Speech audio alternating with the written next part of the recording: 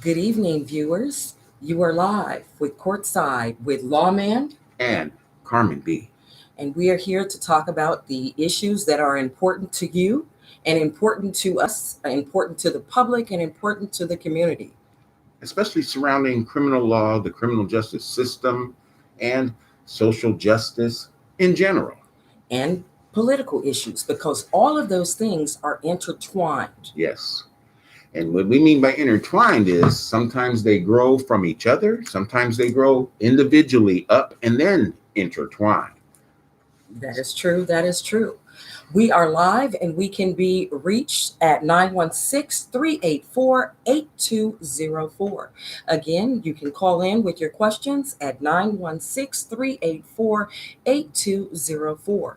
We would remind you that this program is for informational and educational purposes. If you do call in and we answer a question for you, it does not establish an attorney-client relationship with myself, Carmen B., or Lawman.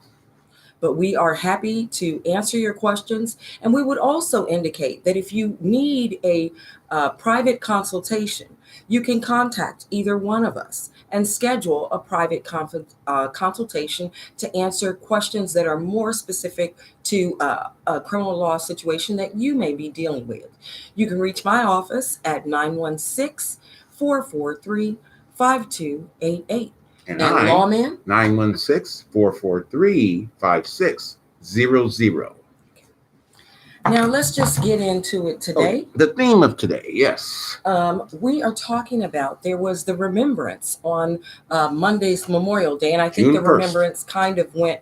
There were events throughout the weekend regarding the Tulsa Massacre, not what had been previously taught as the Tulsa riots. Right. There was no riot. There was a massacre of an African American community that had been thriving on its own. And there's a lot of background to this. Historically, we got to put this in perspective. You know, we were talking 1919 to 1921 are the hot years, because 1919 was the Summer of Red, or the Red Killings, or whatever you want to call it. But leading up to that, remember, Emancipation Proclamation, right, was 1865. When that was done, allegedly, slaves were now citizens. We could vote and participate in the society. However, it didn't take long after that for the government to pass laws that then were intended to take up the slack of the loss of labor that Emancipation Proclamation caused. And when you say take up the slack for the loss of labor, what specifically do you mean? Well, meaning if you had 500,000 or 750,000 people who worked for free, and now they're not working for free. But that work still needs to be done. Correct. To keep the economy moving. Because we know it was slavery that drove the economy in terms of cotton and tobacco and other industries. And not just the industry themselves, but the value of African American bodies were the basis for this country's wealth. Correct.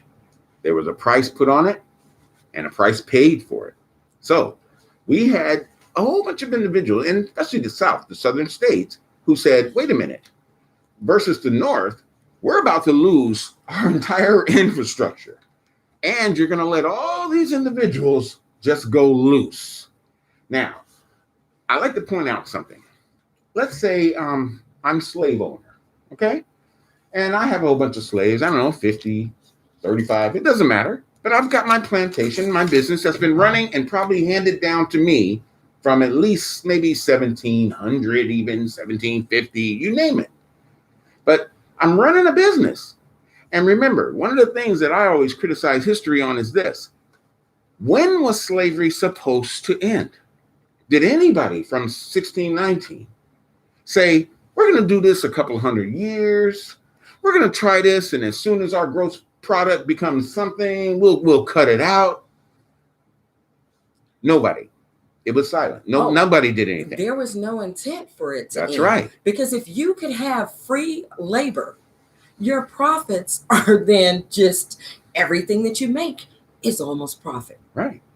And the problem with this labor theory is that we're talking about human beings who become expendable. When something goes wrong, you trade them off, you get rid of them somehow, and you replace them. And there are people who work for you for their entire lives.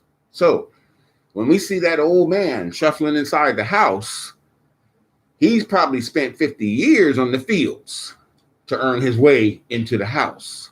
So, and you know what, Carmen, there are people who would say, well, at least they were eating, they had housing, and all that was free.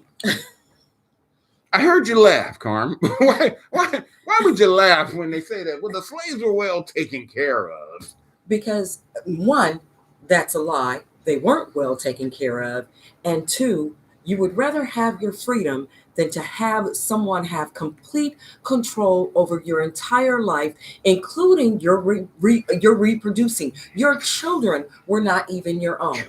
Now, lawman, I may say some people, our young people, are probably saying, why are they even talking about this? What does this have to do with today? How is this even relevant to me? I thought they were going to talk about criminal law. I have questions about criminal law. Tell them why this is relevant today. Your history is important. Where you come from is important. What your ancestors have been through is important. If you look at any other country, their history is important. They mark their time on earth with their history and how they have moved through the decades and through the time, because you want to always advance through history. You don't ever want to make mistakes or do things in history that you will repeat again. There's that old phrase of, you got to be careful. If you don't learn from history, then you will repeat it again. Well, apparently slavery is very important because, number one, I'm a descendant. It was my life. It was my ancestry. And it wasn't decades, should I say thousands of years ago. I would say my great-great-great-grandfather was deep into slavery. And again, it did not end with slavery. Correct. It didn't end with slavery. What came after slavery? Jim Crow. We're going to separate and say, you're still not equal. The black codes, Jim Crow, so second-class citizen treatment. Right. Again, people are probably saying, well, how is that relevant to me today? Well, look at what is happening today if you are following what is going on in the news. Now, with the Tulsa Massacre, not race riot, massacre of African Americans, that was taught as, if it was taught at all, when it was taught, oh, this was a riot. The black people were rioting. They got out of control, and they had to be contained, right. And they were trying to kill white people. When what you find out was what really happened was white people went in and just completely not only massacred people, hundreds of people, but destroyed everything that they had worked for. And you're talking about people who are just a short distance removed from slavery. So they started with nothing and they had built this up. Yes, they owned this town. They owned their homes, their businesses.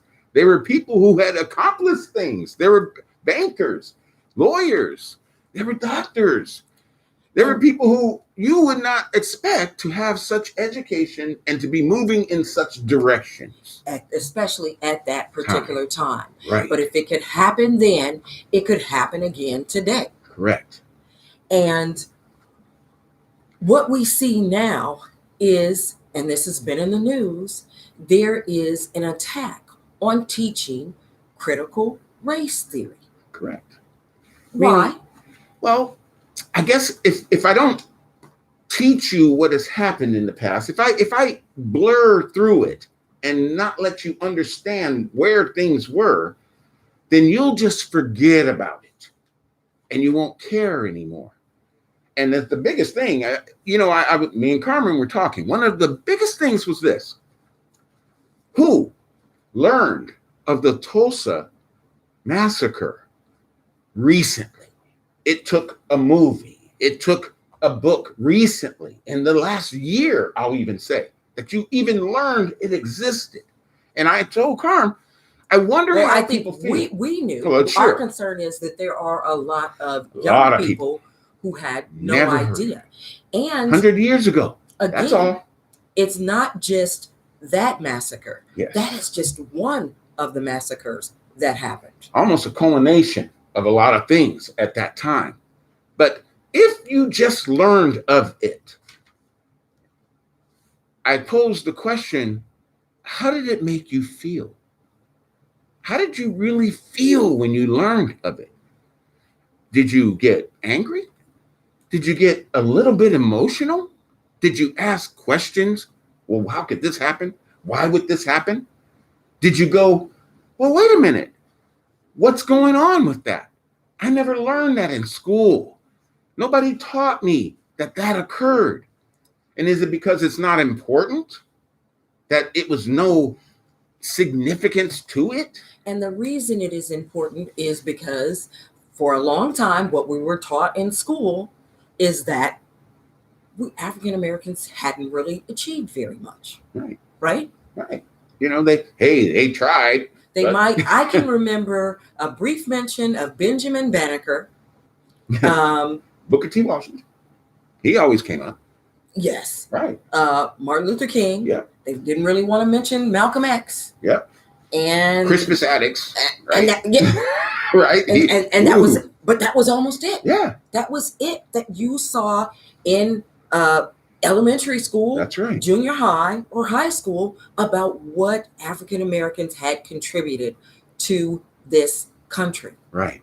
I don't even think the impact on the economy was recognized in that, how slaves and their work built the United States, how they built the White House, how they built communities and things like that, how they were important in medicine, the law, all kinds of areas.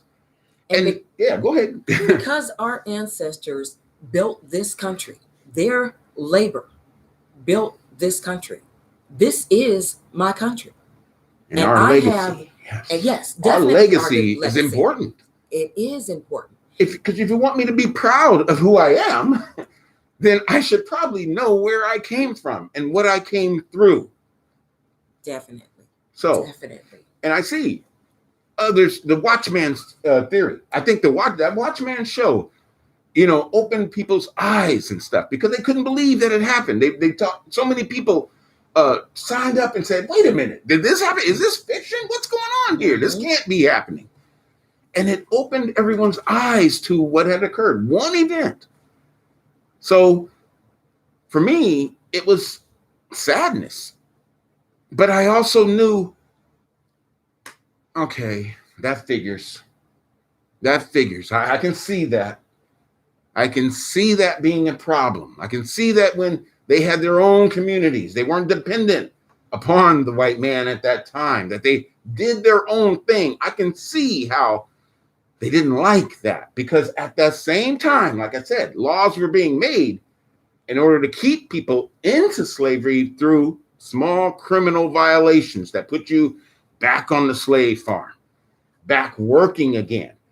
And you would do 5 years. So vagrancy. Yes. Oh, we found you walking around the town and you don't have a job. So now we can simply put you in jail for that. Now you may be saying, well, come on now, Carmen B, that's not happening now. Are you so sure? Are you so sure when, yes, are there crimes that are horrible? Certainly there are. Somebody commits a robbery and they display a gun.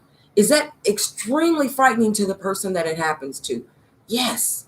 Is that 2 minutes or 30 seconds out of that young person's life worth them spending the next 12 to 20 or 30 years, depending on the circumstances, in state prison as basically slave labor? Correct. Because the 13th Amendment will tell you when they passed it that slavery's gone, except if you have been convicted of a crime. And I always wonder, who was the smart guy who thought of that one? Who put that in? knowing that the impact of it would be mass incarceration. So it's like someone tells me they play checkers. I mean, we play checkers. They play chess. They were looking far ahead in the future. And if you don't believe that they're getting ready, yes, there have been changes in the law, numerous changes in the law that are resulting in Equality, people getting out of prison and jail earlier than what they would have. But if you look at also what is going on in the media, what they are saying is that violent crime is up. And what they're going to attempt to do is to justify going back to draconian laws, draconian punishment, saying that, look what happened when we let people out early. They just went out and they committed additional crimes. So we really need to go back to these harsh punishments because it's what they deserve. Right. And unfortunately, we get punished the harshest. True.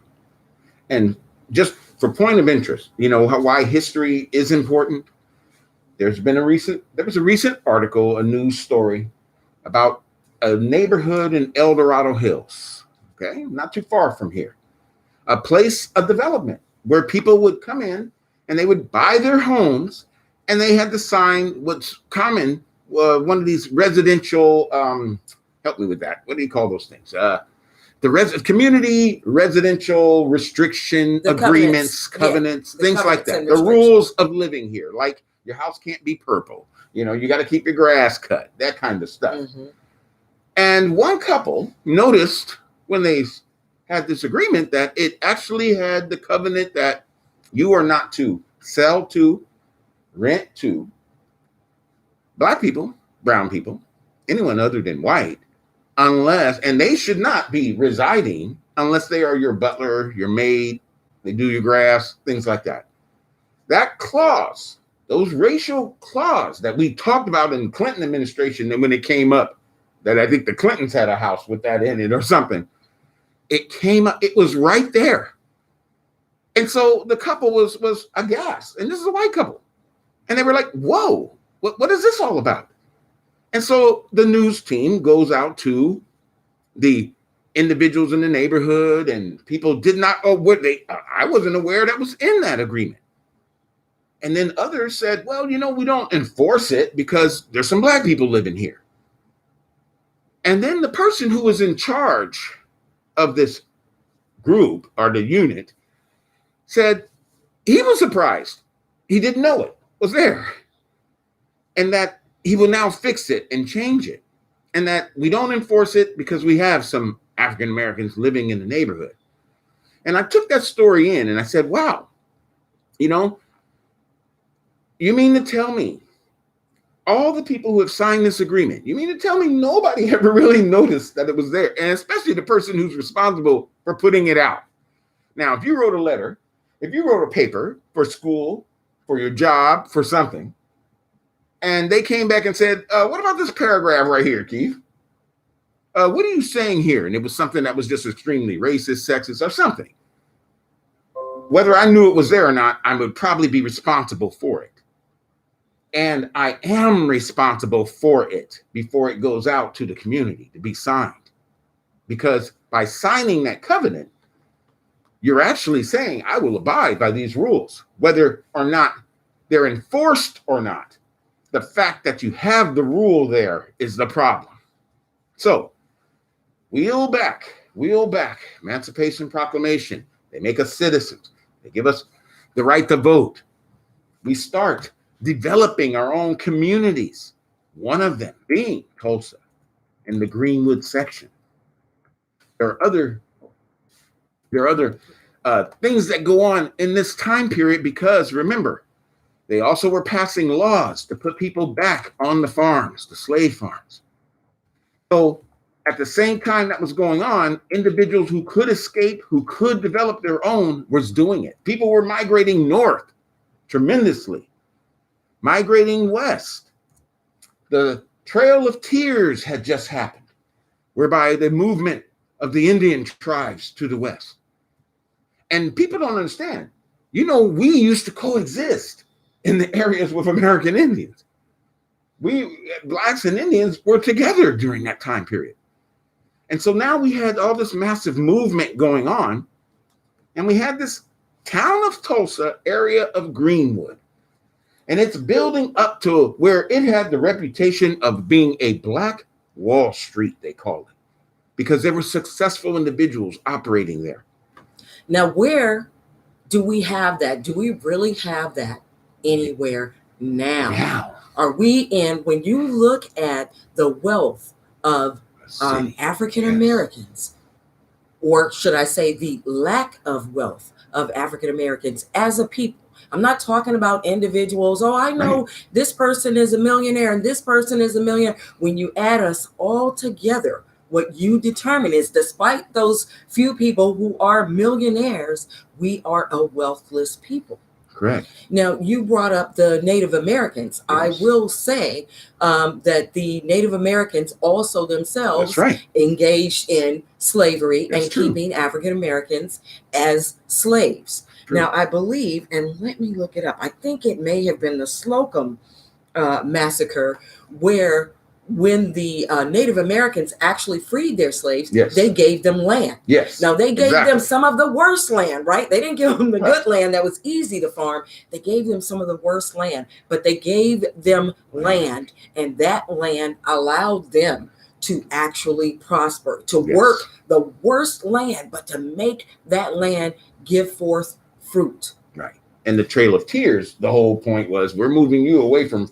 fertile areas into non-fertile areas. Now, with the Slocum Massacre, I believe what happened was that massacre involved them, white people coming in, angry again about the fact that descendants of slaves had land, and it resulted in them massacring, killing African Americans, and burning down their properties.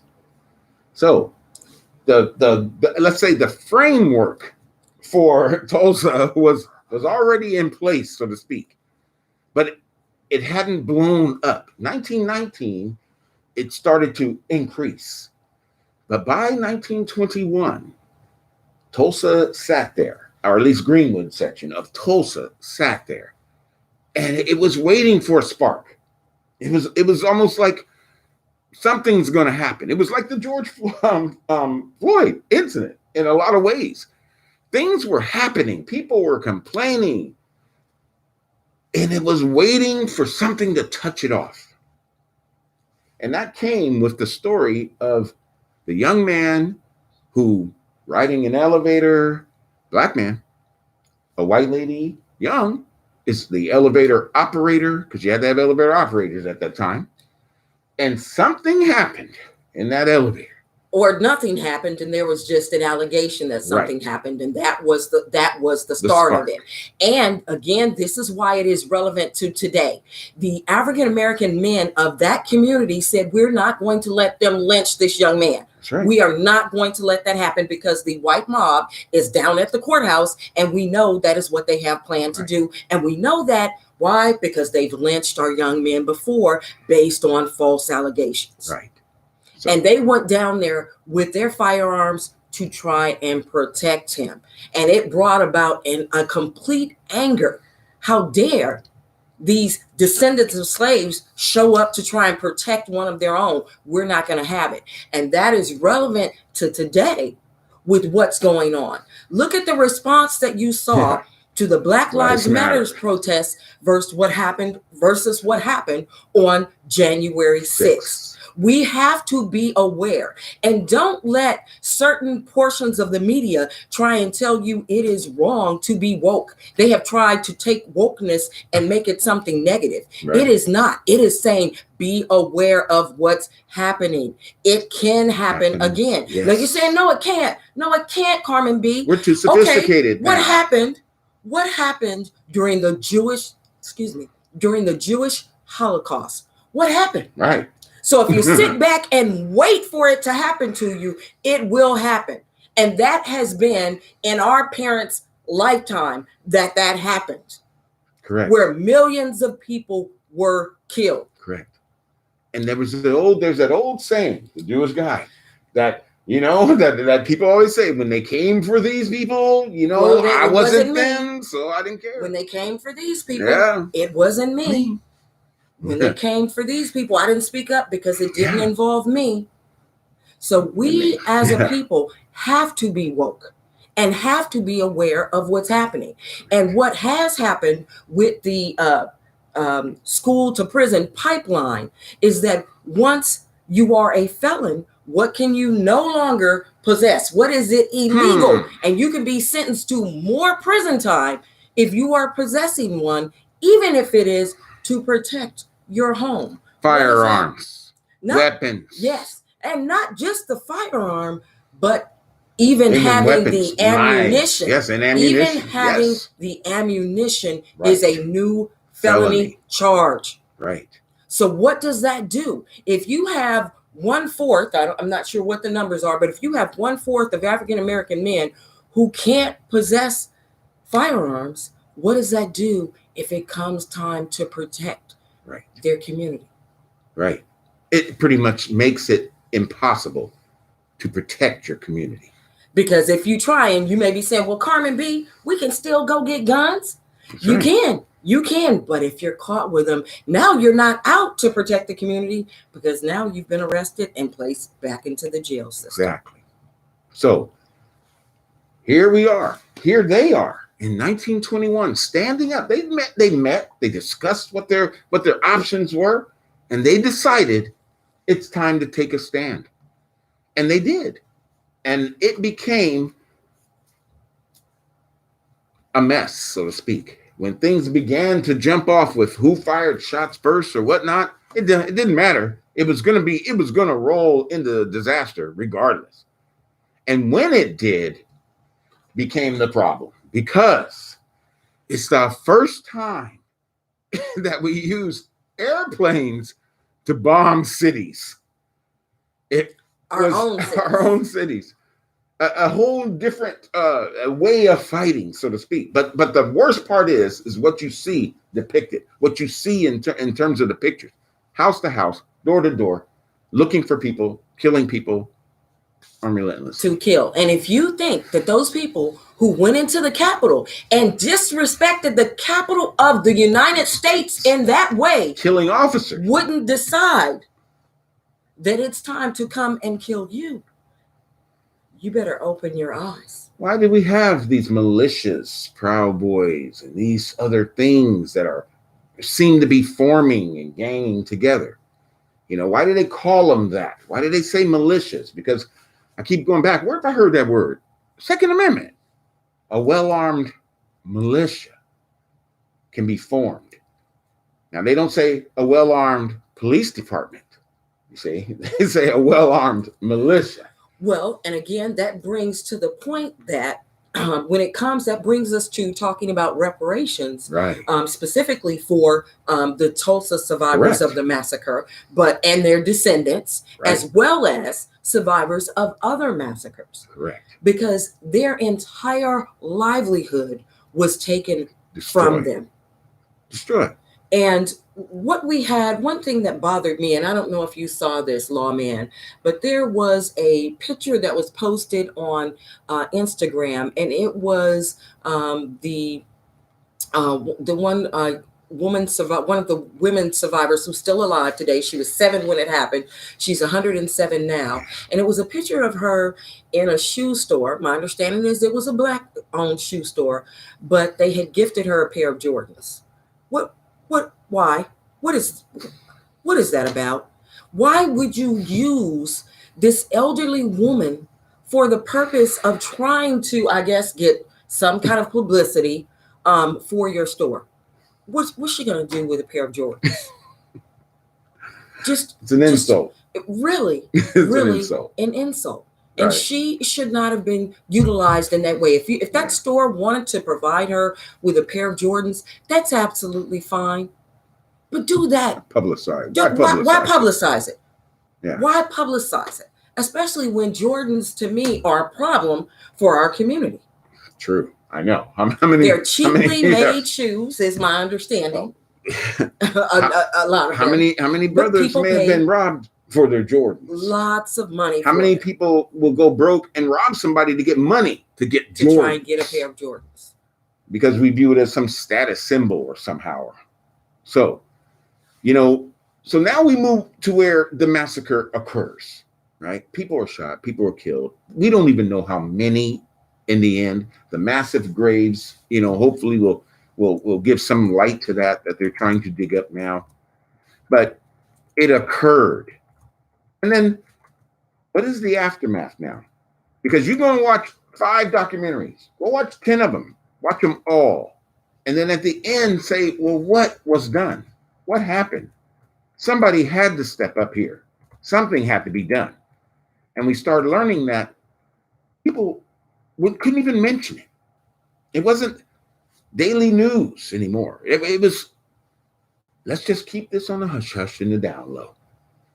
And then, of course, because no one wants to pay. Oh, again, bringing it back to reparations. Yeah, that's where I was going. This wasn't just, well, you know, Carmen B, this was a mob of people who just, of white people who just did this on their, who just did this on their own. People were deputized. But yes, that means law enforcement said, I'm going to deputize you to be an officer, to go and do whatever you need to do to put these people in their place.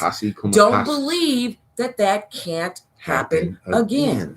And that's that tie that I say to the militia versus law enforcement. Yes. Law enforcement could decide, hey, you know what? We don't have enough resources. We're going to deputize the Proud Boys. That's right. To help us with this riot or this insurrection or Black people mad. So it all, I mean, we come here and we talking about it today, and that's the significance. Is that it's something that happened. We're telling you it happened, and it can happen again. And that is why you need to be aware politically of what is going on in the public, in your community, in the larger world community. Because I'll give you example number 1. When the Georgia senators came in, states, especially Georgia, went against the voting. They attacked the voting and the voting rights, and they attacked relentlessly. And that is what they are continuing to do. Right. The states are passing laws. Republican states are passing laws to restrict voting. Yes. Don't think that is where it ends. Right. Because they are also, again, passing laws against teaching critical race theory. Right. They don't want it to be taught what happened, how the idea of race was formed, and how it affects this country on a day-to-day basis. They want it out of your mind. There is no systemic racism. I'm colorblind. I don't see color. But we know that you do. True. It's funny because the person who says that, I always go, wow, I think you see color more than anybody else because you recognize that you are colorblind, huh? We do have a comment in the chat from Zen Mobway Walker. Did y'all see the video? The uniformed police officer faced a mountain lion, cheetah, or whatever big cat with all his patience and poise while it approached. He retreated and did not shoot. I think it was a tiger, actually, or something. Yeah, but I remember, the officer, the restraint, he was just backing up. And I think the point that Zen Mobway Walker is making is that we don't see that kind of patience or poise when officers are approaching and interacting with African-American men, including African-American men who have not committed a crime, have not done absolutely anything wrong. They may just be walking home from the store and be an introverted person. Are we better or worse than wild beast, right? I mean, you rather face the wild beast than us and stuff. And it's funny because that draws I think it was South Carolina, where the brother was shot by the white lady cop, and people in the helicopter were looking at that guy. He looks like a big beast or something. He looks like a big. Oh, he's a big black guy. Yeah. You know, and they don't know him. They don't know him at all. Gardner had the same rep. I'll have that same rep out here, okay? So, I mean, people see me, hey, big guy. And I'm kind of like, please don't say that. You know, I mean, I don't want to be known as that because that means that in myself, I'm looking at, how are people looking at me? Here is one of the reasons that the idea of race was invented. When America was first formed, they were using for the labor indentured servants, right? So an indentured servant would work a period of, I believe it was about 6 or 7 years, and then they were free to go. They had worked Earn off, their own, they right. had earned their freedom. Now, that meant every 6 to 7 years, your labor source was overturning. You had to either Right. get more indentured servants, and also their children weren't necessarily indentured to you. Right. Well, now you bring over a population of people who look different than you. So they're very easy identified. Yes. Easy to identify, because with the indentured servant, they were white. Right. They could blend right in with the rest of society should they decide, you know what, I'm not really good with this indentured servitude. I'm going to go on over here, blend in, I'll leave, move to another area, Yep. and no one will be able to detect. But if the people look different, now they're very easily identifiable should they try to move away from being your work source. And you know what helped? The law defining them as not people. You see, that also helped, because now I know 3/5 of a person. Right. And that was for population purposes and voting, I think, for the stuff vote, like that. For the voting Right. of the white owner. Right. They counted as 3/5 of a person, not for their own being. Right. But it became so easy now to identify, objectify. But again, we talk about this history because history can repeat itself. Right. We don't want that to happen. What we want is for Americans to realize we are all American and we are in this together. We earn this status. And the only way that America will be great is with all of us working together towards that greatness, not looking for one particular group to scapegoat or to minimize or to imprison for free labor. Correct. And so it's repeating. It happens again in a different form, like slavery did. It was reborn again as Jim Crow. And that lasted for another 100 years or so. And the only reason, I always say, the Voting Rights Act and the Civil Rights Act was signed in 64 and 65 was because it started to get publicized. The world started seeing what this beacon of democracy and freedom was actually doing to their citizens, who did nothing to the government. See, now, if people were insurrectionists, if they were trying to overthrow the government and that's what was happening to them, understandable. But these are people who were asking, can I be treated as a human being? May I do the things that I probably have earned through my history and my ancestors? And that my Constitution, because it's our Constitution, even though we weren't included in it initially, it is our Constitution. Can we have the rights that were promised to us? Right. And if those rights were given to us in the way that they should have been, there wouldn't have been a need for a Voting Rights Act. Right. But we have to pay attention to what's happening now and what's being presented in the media. Correct. You have to look at the fact that they want you to stay entertained. Because if you're entertained, you're distracted, right. And you're not paying attention to what is really happening and what is really important. Now, there is nothing wrong with enjoying entertainment. We all do it, right? That's right. You watch a good movie, but you have to stay alert with what is happening in society. Right in front of our eyes. Right in front of your face. Yeah. And that's why it is terribly disturbing when we can vote and we don't vote. You see, there's something almost psychological that clicks wrong when that occurs, And what they want you to believe with some of the stuff that is presented in the media is that African Americans are doing well. We're showing you basketball wives. Look at these wives. Look how great, wonderful they're living. They're living in big houses. They have money. There is nothing. African American people are fine. They're all fine. Nobody's struggling. But if you live in the public, if you live in the community, you know that people are struggling. That's right. You may be one of those people who are struggling. Yeah. If it's not you, it may be someone in your family. If you are African American and you don't know someone that's struggling, are you really African American living in this country? You are truly. You're lucky. You're blessed, lucky, and blessed. But yes. again, we're talking about the majority. Masses. That's right. The masses, us as a people. That's right. And I'm telling you, they have figured it out. Yeah. And it's our wealth as a people is moving towards zero. Correct. I mean, the whole business of the redlining, the business of the covenants and leases, you know, Raisin in the Sun was all about that. The movie by Lorraine Hansberry. I mean, they examined that issue and how it tore up Black families, even.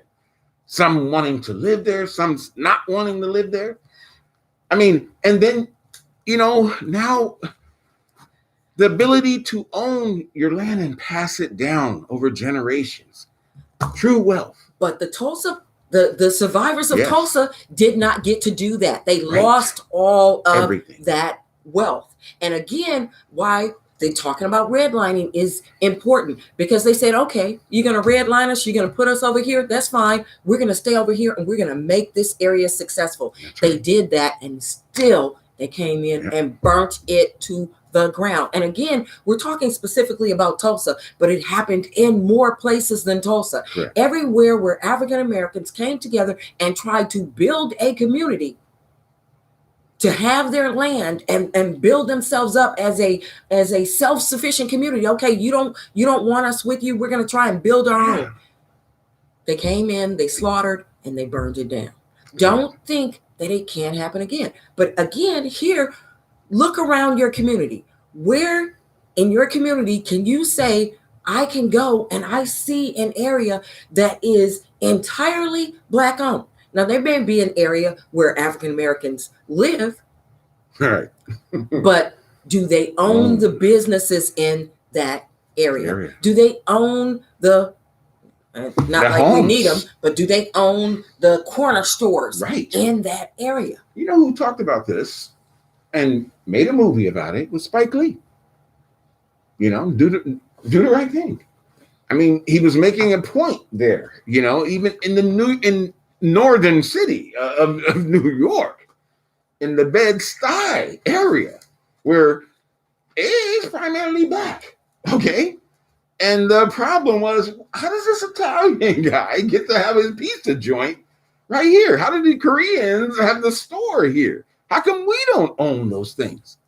And they talked about that issue. That was 30-something years ago now. 1/3 of the time back from Tulsa. That's all. So it isn't that we don't see these things. It's that people are trying to take away those visions and us learning from those things. And, if you don't learn from history, we will repeat it. So, no. Yeah. No, I was just going to say, we're pretty deep right now. Okay. we're getting deep. One other thing that I would like to know is that, well, not one other thing. There are going to be a few other million things, of course, but this one in particular, I had a young man who was stopped by law enforcement. I believe this was on Saturday. I was preparing to go to a graduation. He was stopped by law enforcement. He called me and he said, "Miss Butler, they've stopped me." I said, okay, you remember the rules. You ask if you're free to leave. Right. If you're not, you want your attorney. He said, okay, I think I'm going to be okay. I said, do you want me to come up to where the stop is? He said, no, I think it'll be okay. I've given him my license and I'm waiting for him to come back. While we were on the phone, the officer came back to the car and the officer said, who you're on the phone with? You on the phone with your mother? And he said, no, I'm on the phone with my attorney. And I said, do you need me to come up there? And he said, and I heard the officer say, your license is suspended, sir. I need you to step out of the car. And he said, Miss Butler, please come. And he had given me the location. And so I went there. And before I could arrive, I was probably about 8 minutes away from the location. He told the officer, my attorney is Miss Butler is on her. That was her on the phone, and she is on her way. By the time I got there, the officer was pulling away. I said, hey, what happened? He said, well, he did a quick search of my car. I told him you were on your way, and he got out of here. So I say that to say, and I discussed this with lawmen, if you need to call us to come out to the stop, we are willing to do that to help save your life and to possibly, because in this case, the officer, there was something legitimately that the officer could have written him a ticket for, and he didn't do it because he knew that stop was probably questionable to begin with. Or at least a lawyer is on the way to watch what's going down. Yes. And so if that is necessary, we are willing to do that. Now, we may not always be that close, or we may not always be available, but we are letting you know that we are willing to do that. Now, there is another thing along with that is they don't know who you're talking to. Okay. So you notice you can hold your phone up and say, yes, lawyer. Yes, the law, they're here right here. Yes. Okay, lawyer. I'm at the corner of blank and blank, and I'm here, and I'm probably going to be here a few minutes. So yes, if you show up, I'll probably still be here. And you set the phone down. Yes. And basically that's just. And then you follow the rules. Yes. That's what you said. Yes. And that rules may result in the officer leaving you alone. Right.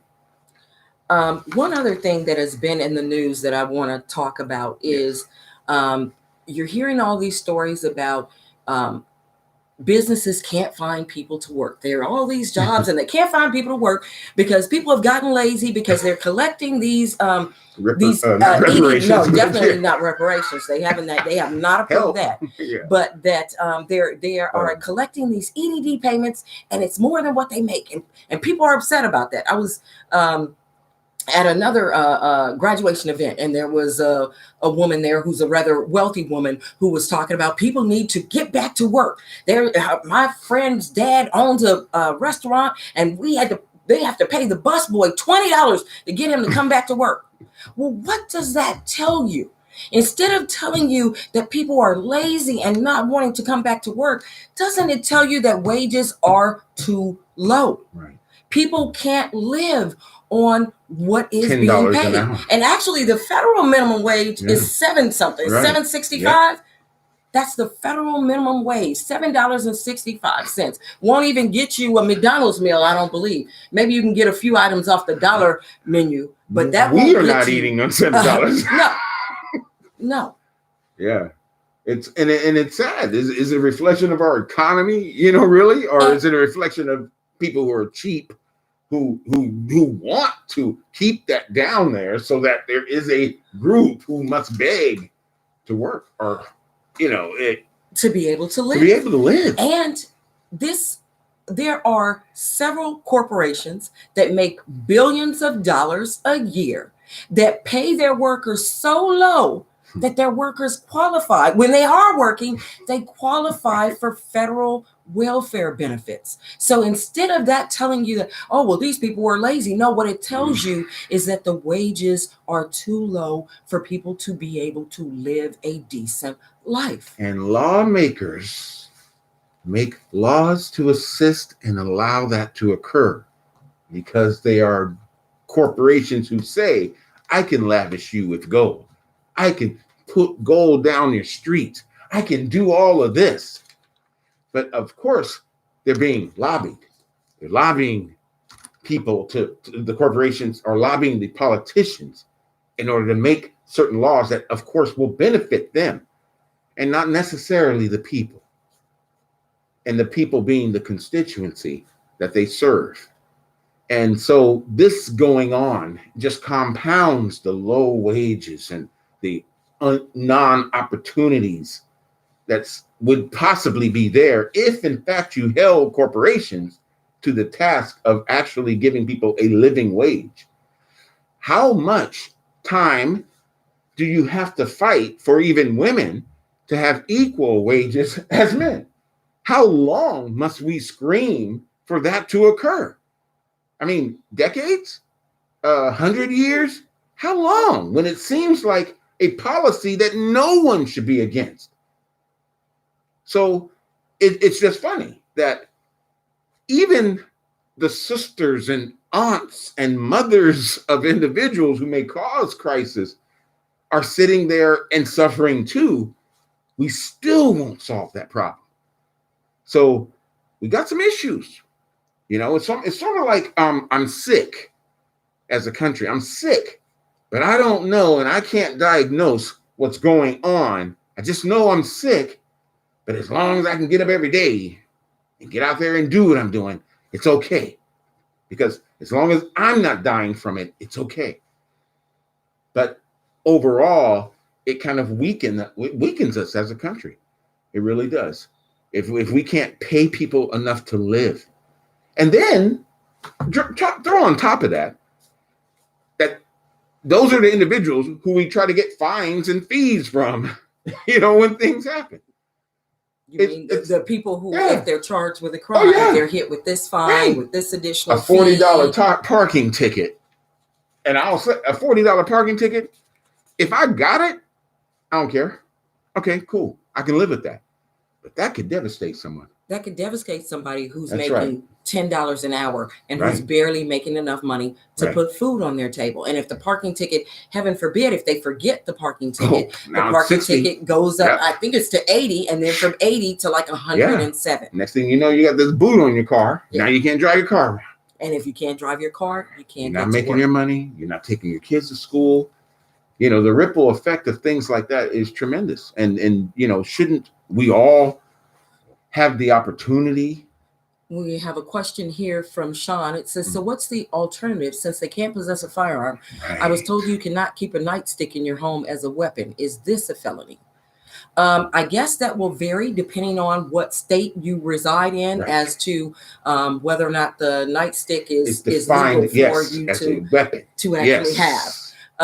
But guess what is not? A baseball bat. Right. And you can purchase a baseball bat for use for baseball that you keep in your home, and you can purchase one solid wood. That's right. That is a baseball bat. It functions the same if you need to use it for self-defense or for home defense. Right. And I'll tell you what we're talking about here is, I think 12020.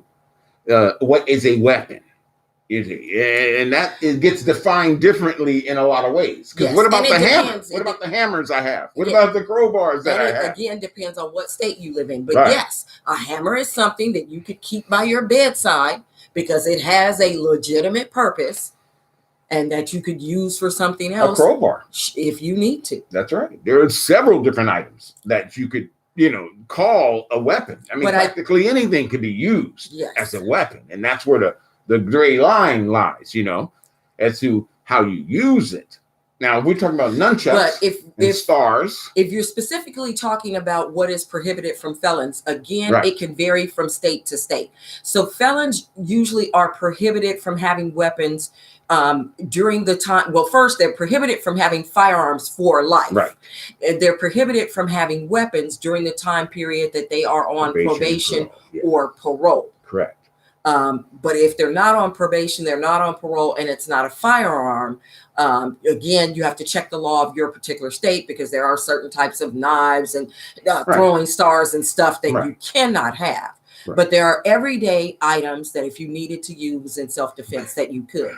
But again, Sean, I would state that the true purpose in making felons not be able to possess firearms is again based around prohibiting African-American men from having firearms. To defend themselves.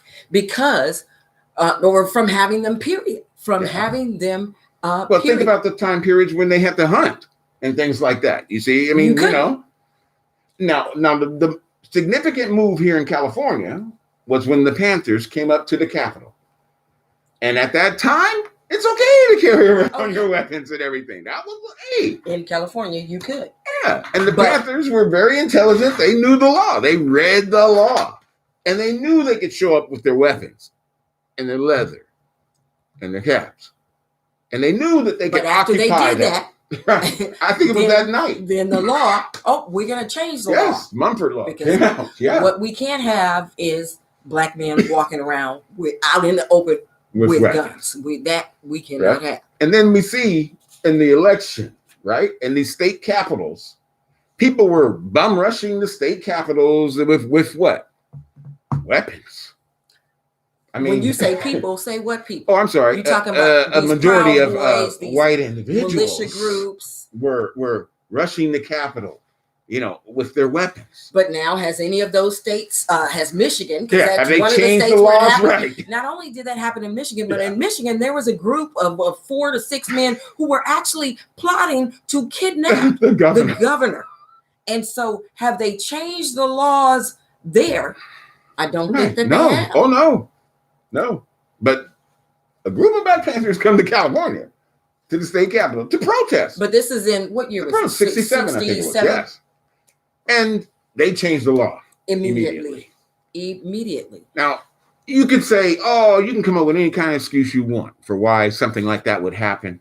But let's be real. History.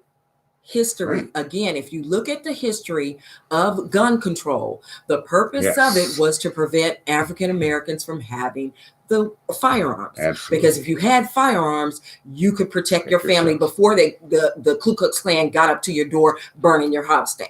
And that is the purpose. And so, and this we'll have to do a show on this. But that is why I am not for all of this restriction on firearm ownership. Yeah.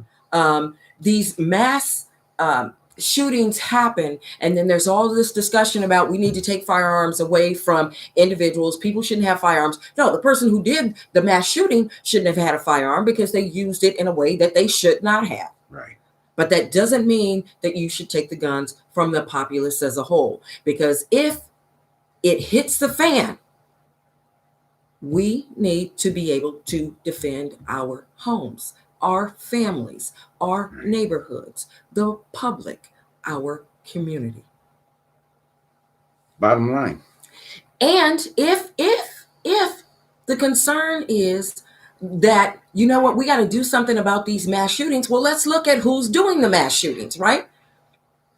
So maybe what we should do is make a law that says there's a certain type of person who shouldn't be able to get a firearm. Let's see. And who would that be? Who did this last?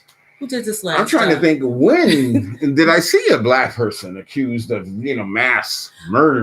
There have been a couple of workplace incidents, but the majority of incidents do not involve African American men. Right. So where are the laws that say, hey, wait a minute, we've determined there's a certain type of man that commits these mass murders, and so we need to make some specific rules and regulations that pertain to that.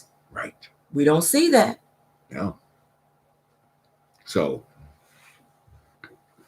I'm going to in the chat. Sean says, regardless of if you're a felon, you should have the right to protect your family. That is so true. Now, I will say there is it's what's called transitory possession. Yes. It's somebody threatens you, and then somebody threatens a felon, and then somebody runs up and hands them a gun, but there have to be an imminent threat of basically death or serious bodily injury, and then they use that gun right in that exact moment. Exactly.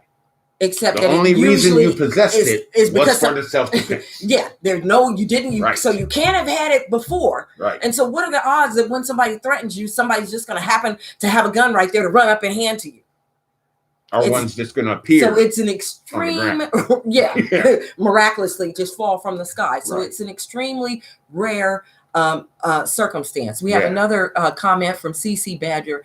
This is such a world with evilness, prejudice, and biased lawmakers. Yeah. And that is true, but we can control who, to a certain extent, we can control who those lawmakers are. And that again is why you will hear us stressing on almost every one of our shows.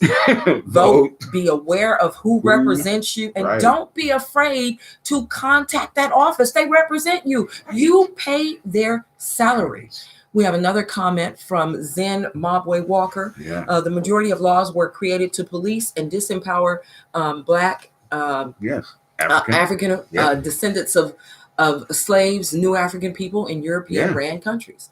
And that is true. We can't dispute that. No. That's what they don't want taught. But we have to talk about history. We're not going to let you sweep history under the rug. And so if you say that it can't be taught in the public schools, then we're going to start teaching it in the homes. That is what we need to do. Yeah. Now, believe it or not, lawman, we have another comment. Yes. Yes, but this will be a humongous change with our Black people. And when you say humongous change, do you mean change of thought or change of behavior? Yes, clarify for us, CC Badger. Yeah. Do you mean change in terms of getting us How we to think? really get Yeah. involved in voting and to really see what is happening Yes. in our country today? We see And just to make a point, while we're looking at that, look, you know, there was a law that said felons can't have guns. That was a law. Mhm. Why can't we change that? We can't. You see, I mean, there's yeah, you can change. What is that. the reason? Let's say, because it's not just, some people may think, oh, well, it's they committed a felony with a gun, and so that's why they can't have a gun. Oh, no. No, it applies to all felonies. So if I had Bad a checks. felony drug conviction, I can't possess a firearm. I wrote some bad checks, and it's a felony. I can't have a gun. Can't have a gun. See, so you can narrow that law. I committed fraud from my employer, right? And now for the rest of my life, I cannot have a gun. I did some vandalism that cost over $1,000, and now I can't ever possess a gun. I can't ever Right. have that to protect my family if need be. Make it make sense, people, Right. because it does not make sense. And that sounds like a new crusade. You know, that sounds like a brilliant idea. Is to say, wait a minute, we don't have to restrict people who were involved in non-violent crimes, because we don't. But right now, while there's the tide of we need to restrict gun ownership, we need to limit the amount of guns, but it's not, you know, misdemeanors too now. Misdemeanors too now. But every time there's a mass shooting, there is that talk of what they need to do to limit gun ownership. People don't fall for it because who it's going to be directed at, while the Proud Boys have their guns loaded up and have each one of them probably has 20 to 100 weapons. Don't fall for it. Right.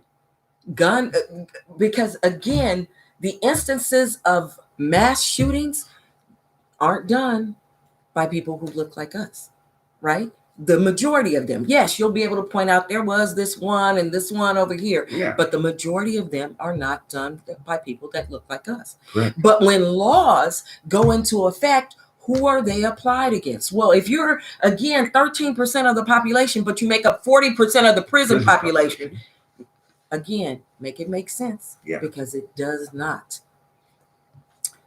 Parents. She says, CC Badger says, parents need to parent their kids, educate their kids, not party with them. That's right. That is certainly and most definitely true. Yeah. Additionally, we have another comment from Zen Mobway Walker that says the SWAT team was a task force made for the Panthers, because what they saw was these people are coming together and they are helping the community. Where the community is lacking, they are coming together with their limited resources. Right. Think about the limited resources that they had at that time, and we have. And I mean, and not only that, but to quell these uprisals and when the 60s, throughout the 60s, when there were riots in our neighborhoods and things like that, they can come in with military equipment like they have been doing through even the 80s, right? And the 90s when they started wrapping we were up just, things. I don't know if CC Badger was on earlier when we said this, but she said society, rich Black people, rappers, professional athletes, basketball wives, etc., have our young men and women thinking they need to have the finest clothes, jewelry, fancy cars, and young men exploiting their bodies, fighting each other, having bitterness and hatred amongst each other. Right. We talked about that earlier. Yes. The media is presenting this false image that everything in terms of financially is fine with the Black community, because they take these limited number of people who have a wealth and show them to you and make you believe all Black people are doing fine.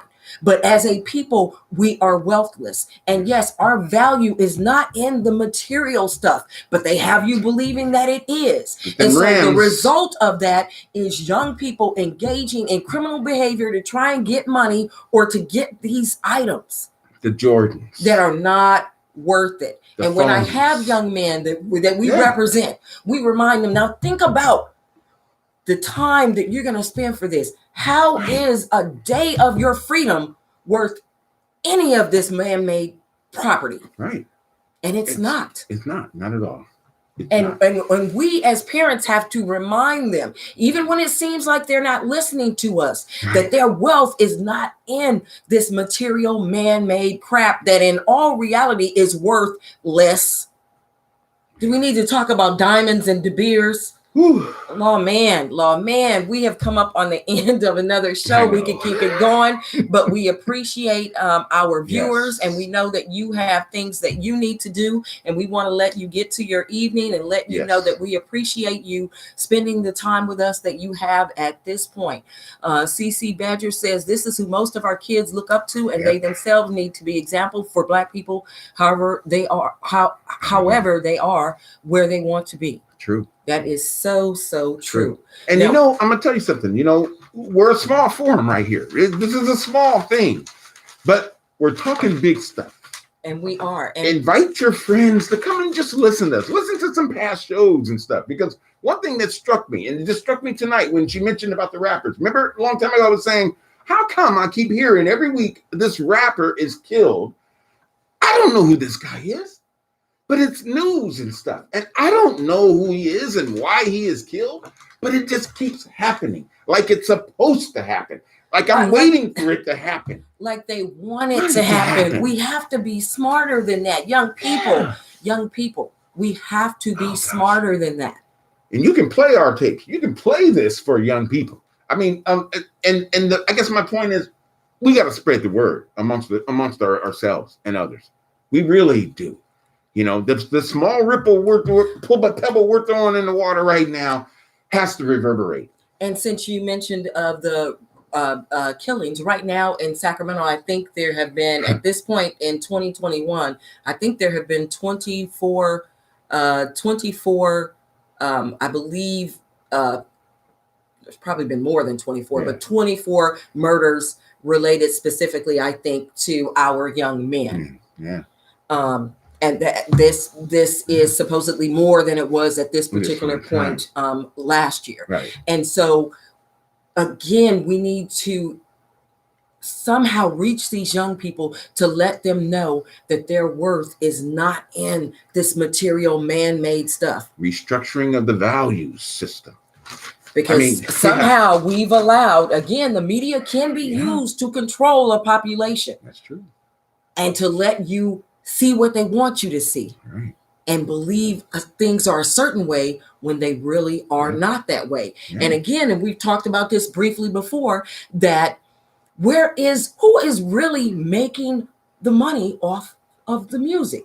So this rapper made $1 million, but who made 100 million? Right. Who's funding him? Because the person who is paying him is making more than he could ever even imagine to make. And who is funding the kind of rap that has us at odds with each other? Right. With each other. This man lives on this side of town. He doesn't own anything on that side of town. But you hate him because he lives on the side of town he had nothing to do with. That's where his parents lived when he was born. We have to do better. We have to do better. And we can only do it as a team. Public Enemy. I always use the quote, move as a team, never move alone, or welcome to the Terror Dome. And what Lawman has said, and I think we want to try and get out in the community and start getting this pledge from our men. That's true. Do not, I pledge, I will not kill a black man. A black man. Person. A black person. I will not kill a black person. I mean, that should be, that should be the topic of every church service. Every church service should be the topic of that. But that should be it. This music that they put out has you hating somebody and you don't even know why you're hating him. What did he do to you? Right? And think about who's funding that. What other group of people has music funded where they're talking about how much they hate somebody who just lives on another side of town? The Germans over there. I never heard of it. Never heard of them. I never heard of it. Yeah. The Italians who live on this side of town, I can't stand it. Maybe a long time ago, the Italians invented that kind of thing. But who's funding it in our community now? That's what we need to ask ourselves. Who's funding it in our community now? And that being said, I don't have anything against rappers because I know that you can take someone who's been raised in poverty and use them against their people. Yeah. As a prophet, saying the kind of things that you want them to say. Preach that hatred to your community. Right. Preach that kill each other to your community. Because the way that is thought about is two birds with one stone. Yeah. You shot and killed this one, so now you're going to prison for life, and he's dead in the ground. We got rid of two of you. And the white man didn't have to do anything but encourage. He didn't have to do it. He didn't have to do it. Yeah. Just encourage it. Yep. Just encourage Yeah, it. we have to be careful. They really encourage the feud that occurs between the gangs. Yeah. Yeah. It's amazing. But we have I know, we're going way over time. We're going over time. We try and Yes. end every episode we try and give the viewers something to think about. Yes. And so what you see right here in the background, I don't know if you can see it really well. Let me bring it forward. Yes. Is a Sankofa. Yeah, I'll hold it here. Can you hold it up? Yes, got it. Okay. Here A we go. Sankofa bird. And Sankofa is an African word from a tribe in Ghana. And the literal translation, I believe, it is not taboo to fetch what is at risk of being left behind. Let me just see, because there's an additional. Yes, and notice the bird's posture. Yes, and that it is looking behind. It also means return and get it. And what this is saying is we can't leave our young people behind. They have been misled, and we have to reach back and we have to bring them along. And that is what we all have to be committed to do. Correct. We can do this. Yeah, it's the message. All right. It really is. We thank you so much for joining us this evening, and we bid you adieu. Yes. Good and night. You have been listening to Courtside with Lawman and Carmen B. Thank you so much. Thank you.